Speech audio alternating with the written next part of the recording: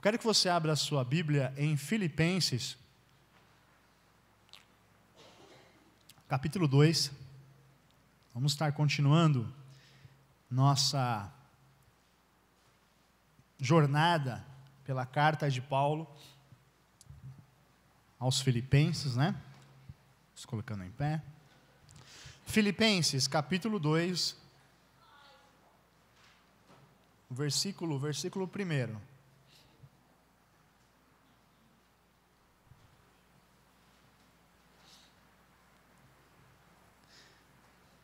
Diz assim: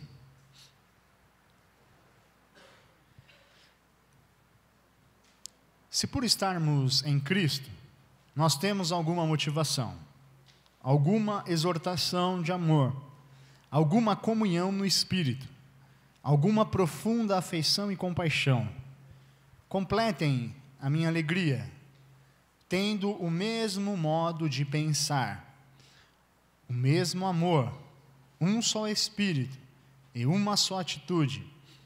Nada façam por ambição egoísta ou por vaidade, mas humildemente considerem os outros superiores a si mesmo. Cada um cuide não somente dos seus interesses, mas também dos interesses dos outros. Seja a atitude de vocês a mesma de Cristo Jesus, que, embora sendo Deus, não considerou que o ser igual a Deus era algo que devia apegar-se, mas esvaziou-se a si mesmo, vindo a ser servo, tornando-se semelhante aos homens, e sendo encontrado em forma humana, humilhou-se a si mesmo, e foi obediente até a morte, e morte de cruz. Por isso Deus o exaltou à mais alta posição, e lhe deu um nome que está acima de todo o nome, para que ao nome de Jesus se dobre todo o joelho, nos céus, na terra e debaixo da terra, e toda língua confesse que que Jesus Cristo é o Senhor, para a glória de Deus Pai. Deus bendito, nós estamos aqui na Tua casa, na Tua presença, já Te louvamos, já sentimos a Tua graça através dos louvores, já ouvimos testemunho, já estamos, Senhor, preparados para que o Senhor fale conosco. E eu Te peço, Senhor, que a Tua palavra venha falar, desafiar-nos a sermos melhores, que nós possamos, Senhor, ao escutar esse chamado, responder que sim, Deus. Abra os nossos ouvidos, Senhor, que o Teu Espírito Santo tenha liberdade de falar nesta hora, em nome de Jesus, amém. Pode se assentar.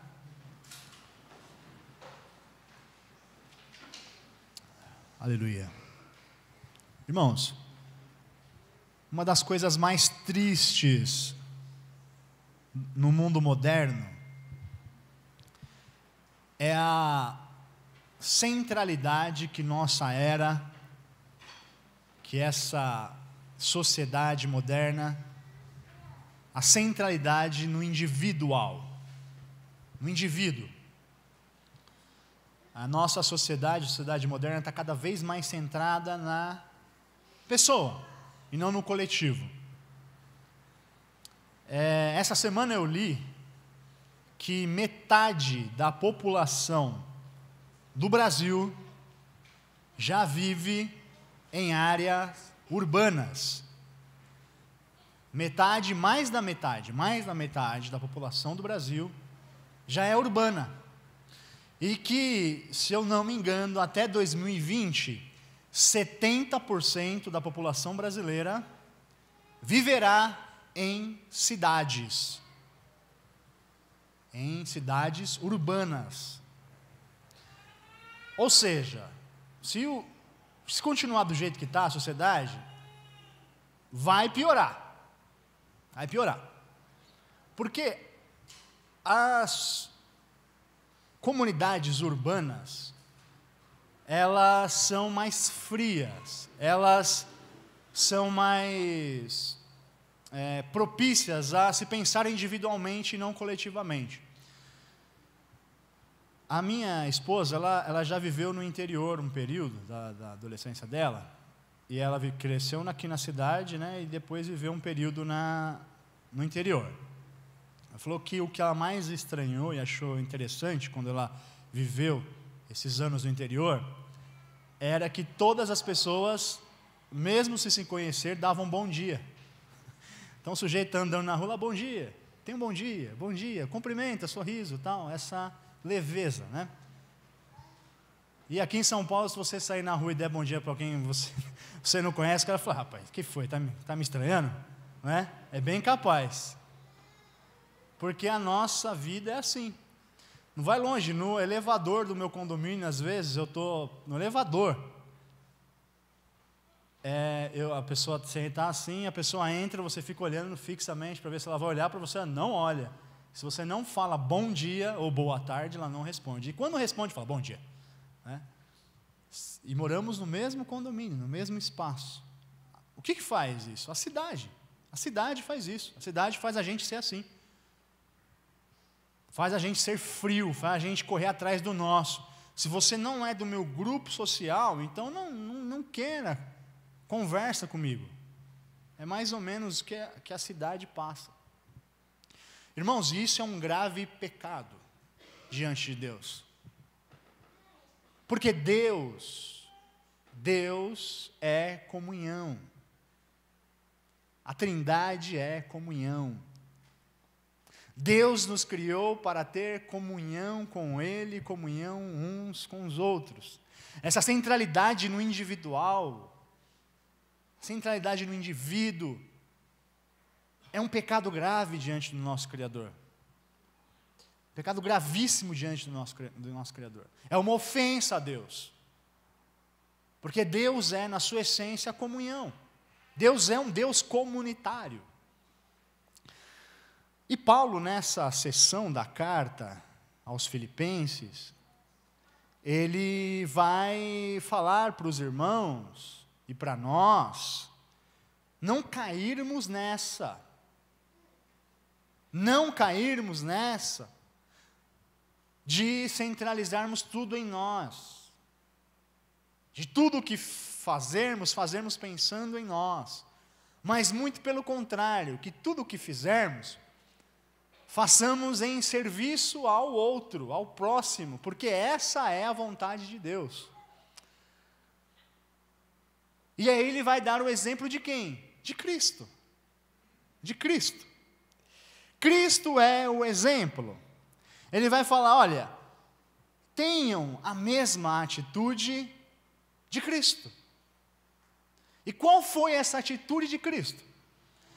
Olha, o versículo 5 diz que Cristo, seja a atitude de vocês, a mesma atitude de Cristo. Qual foi a atitude de Cristo? O versículo 6.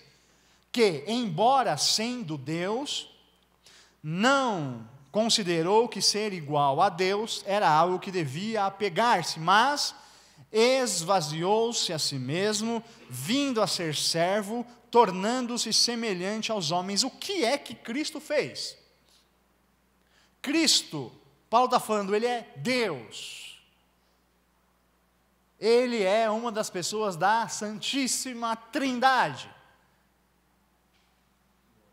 E ele, para mostrar para nós e para morrer por nós, precisou o quê? Esvaziar-se de si mesmo, esvaziar-se de sua glória, esvaziar-se da sua divindade, de parte dela, de grande parte dela, esvaziar-se de si mesmo, e mais, se tornou servo. E mais, servo e obediente a quem? Ao Deus Pai. E mais, obediente até a morte, e morte não qualquer morte, até a morte da cruz. Para a glória de Deus. Por amor a quem? Por amor a nós. A atitude de Jesus, a atitude de Cristo, que Paulo quer que a igreja tenha viva na sua memória, É a atitude de um ser que é o maior, aquele que é o Criador, o Eterno, o Deus de toda a glória, que deixou a sua glória por amor, esvaziando-se a si mesmo, esvaziando-se, grave bem isso, esvaziando-se a si mesmo, para servir, para servir. Servir a quem? Servir a pecadores, a mim e a você.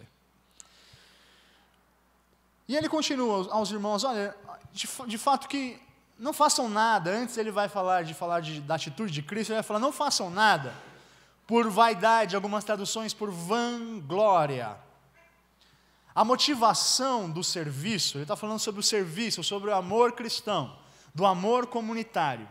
A motivação do serviço, ela não deve ser a vanglória, ela não deve ser a vaidade. O que ele quer dizer com isso? Que nós não devemos fazer aquilo que temos que fazer, o que a Bíblia pede para nós fazermos, por nenhuma outra motivação que não seja a glória de Deus. Que nós não devemos fazer nada por vanglória. O que é vanglória? É fazer alguma coisa esperando elogios. Fazer algo esperando que os outros falem, esperando bajulações, esperando que você seja reconhecido. Não, essa não deve ser a tua motivação. Não deve ser a tua motivação. Inclusive, quando alguém te elogiar, lembre-se desse texto. Quando alguém elogiar aquilo que você faz, lembre-se, eu sou servo de Deus. Eu sou serva de Deus. Eu faço não para a minha glória, porque essa é uma grande armadilha que nós podemos cair. A motivação, então, isso está no versículo 3. Olha só. Nada façam por ambição egoísta ou por vaidade, mas humildemente considerem os outros superiores a si mesmos. Cada um cuide não somente dos seus interesses, mas também dos interesses dos outros. Aleluia. Irmãos, o que quer dizer que Cristo se esvaziou? Quando a gente entender isso, a gente vai ser mais humilde no nosso serviço. O que quer dizer que Cristo se esvaziou? Se você pensar comigo, que João escreveu sobre ele, no princípio ele era a palavra, o verbo, o logos de Deus. Ou seja, antes de tudo existir, Jesus já existia. Antes de tudo ser formado, Jesus já existia. Ele é o eterno. O grande eu sou é Jesus. E se você pensar que Jesus, o grande eterno, a palavra, o logos, o Deus, Criador, se esvaziou. Primeiro, se tornando homem. Mas primeiro, antes de se tornar homem, ele se tornou um bebê. Um bebê que precisava de cuidados para não morrer. E não só isso, que ao começar o seu ministério, ele é o Deus de toda a ciência.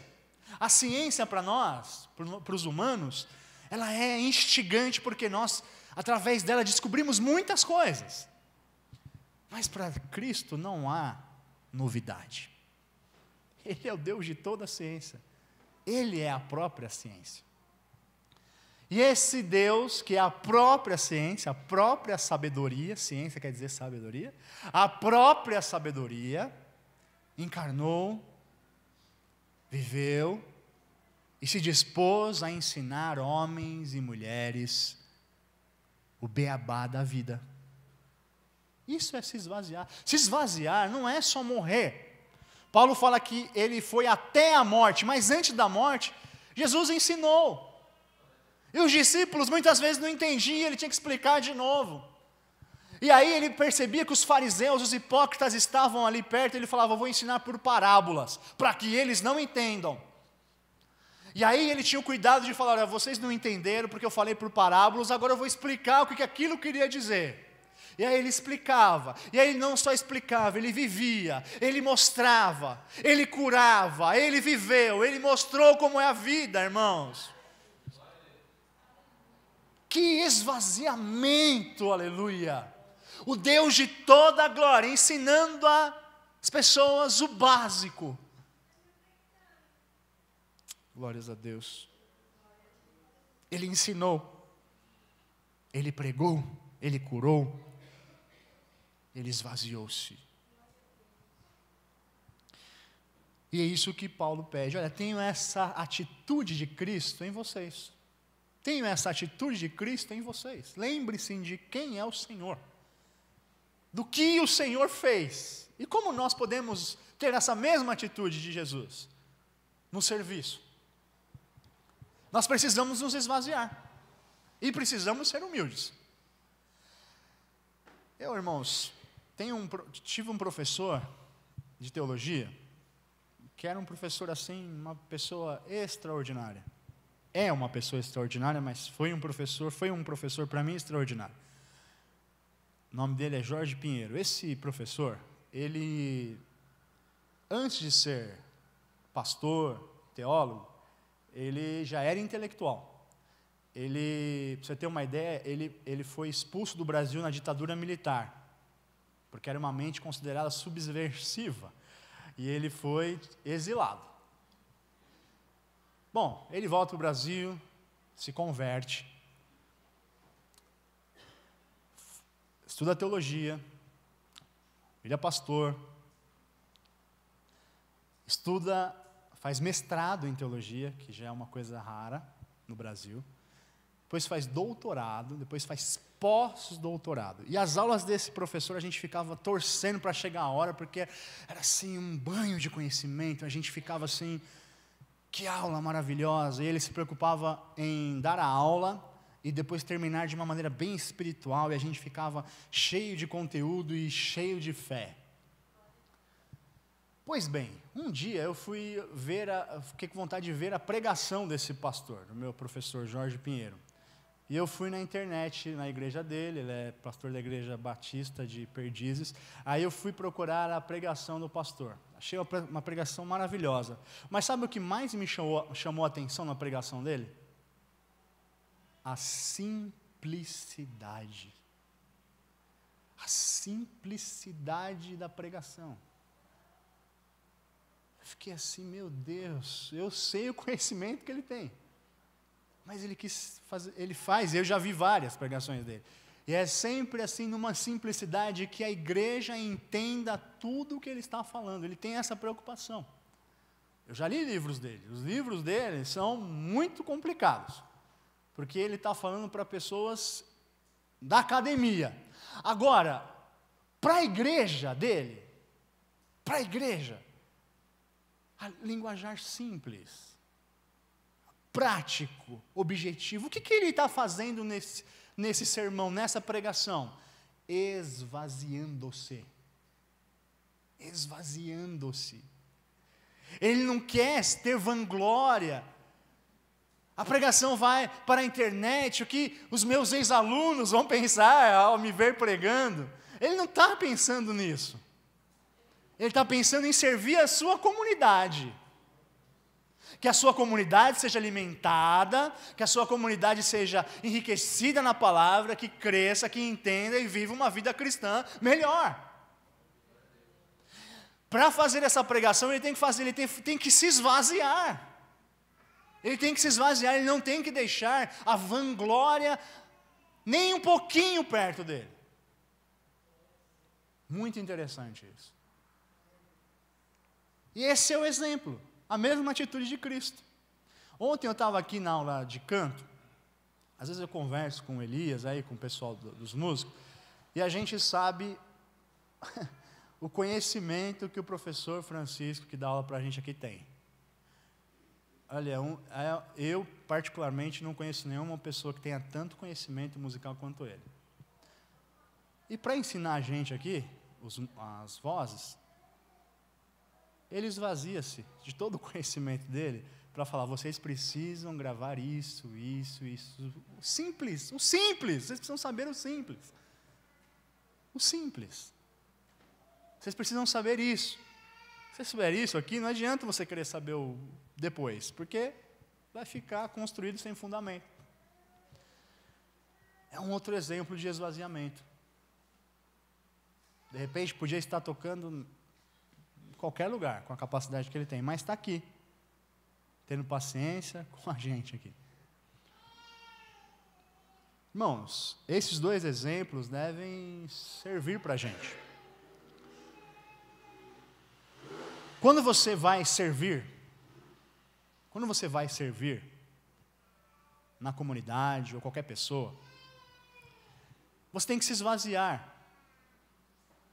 O que é esvaziar-se então? Esvaziar-se é deixar toda a vaidade humana, toda a vanglória humana, toda a pontinha de orgulho, é pôr tudo isso de lado. Eu vou servir, porque esse foi o modelo do meu Senhor.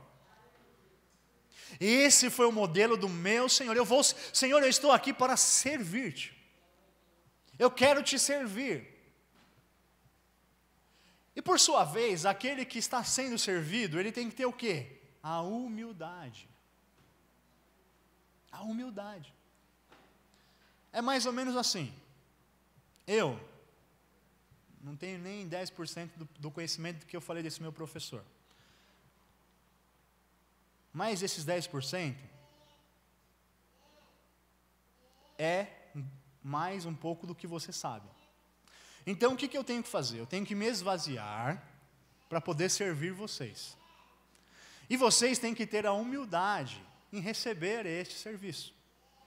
Só que não é a via de mão dupla. Eu tenho que fazer também tenho que ser humilde também quando vocês forem me servir. Por exemplo, eu sei muito pouco sobre educação infantil. O que eu sei é porque eu sou casado com a Ivone, que é pedagoga, e os conselhos sábios que eu recebi aqui do pastor Eduardo. Então eu sei pouca coisa sobre criança. Quando eu conversar com as irmãs que estão no ministério infantil, a Lourdes, que já tem 20 anos cuidando das crianças, já fez curso, as professoras que são da igreja, o que eu tenho que fazer? Quando elas forem me dar algum conselho, eu tenho que ser humilde. E receber aquele conselho como de pessoas que sabem mais do que eu nesta área. E eu tenho que ser humilde e ouvir com muita atenção qual é o conselho que elas têm para me dar. E por sua vez, elas têm que se esvaziar. Elas têm que se esvaziar. Não deixar que esse conteúdo que elas receberam suba a mente e fala, tem que ser feito assim, assim, porque eu sei das coisas, hein? Não, se esvazia da glória, sirva. E assim em todas as outras áreas. Há um tempo atrás eu dei um cursinho para um casal de noivos aqui, e eu estava falando sobre a sujeição, que é o casamento. A sujeição. O casamento não tem maior nem menor. É sujeição. O homem se sujeita à mulher em certos aspectos e a mulher se sujeita ao homem em certos aspectos. É isso que a Bíblia ensina.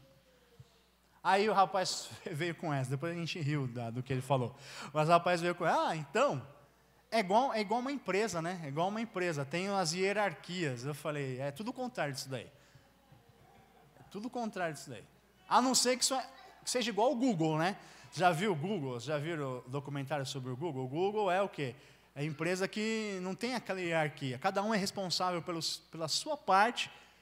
E você fez aquilo que você era responsável, vai brincar, vai. Já pensou trabalhando numa empresa assim? Vai jogar bola, vai dar um mergulho na piscina. Essa é o Google. Por isso que eles não cresceram nada, por isso que eles não são ninguém, né, no mundo corporativo. Mas fora o Google e algumas outras empresas, o mercado não é assim. O mercado é chefe, depois encarregado, sei lá, e vem a hierarquia. É tudo o contrário. Igreja e casamento não deve ser assim. Igreja deve ser essa relação de amor. essa relação de amor.